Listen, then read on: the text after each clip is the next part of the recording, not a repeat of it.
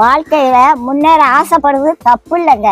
எதையாவது பண்ணி எப்படியாவது முன்னேறிடணும் அப்படின்னு நினைக்க கூடாது. அப்படி நினைச்சா ஏதாவது சிக்கல்ல மாட்டிக்கிடுவோம். கடவுள் உங்களை ஏற்ற வேலையில உயர்த்த வருங்க. சில பேரு எப்படியாவது காசு பணத்தை சம்பாதிச்சிடணும், அப்பதான் வயசான காலத்துல நிம்மதியா உட்காந்து சாப்பிடலான்னு நினைப்பாங்க.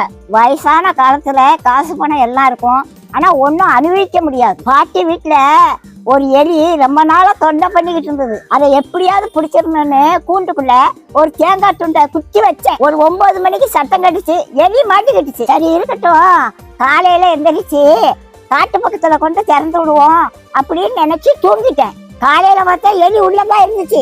ஆனா அந்த தேங்காய் துண்டை அதை நக்கி கூட பார்க்கலங்க. எப்படி வச்சானோ அது அப்படியே இருந்துச்சு. ராத்திரி முழுவதும் உள்ளதான் இருந்துச்சு. அந்த தேங்காய் துண்டை திங்கலாம்ல, அதுக்கு மரண பயம் வந்துட்டு அதனால தேங்காய் துண்டை திங்கிறதுக்கு மனசு வரல. அதுக்கு தேங்காய் துண்டை விட நம்ம உயிர் பிழைச்சா போதும்னு அது இருந்துச்சு.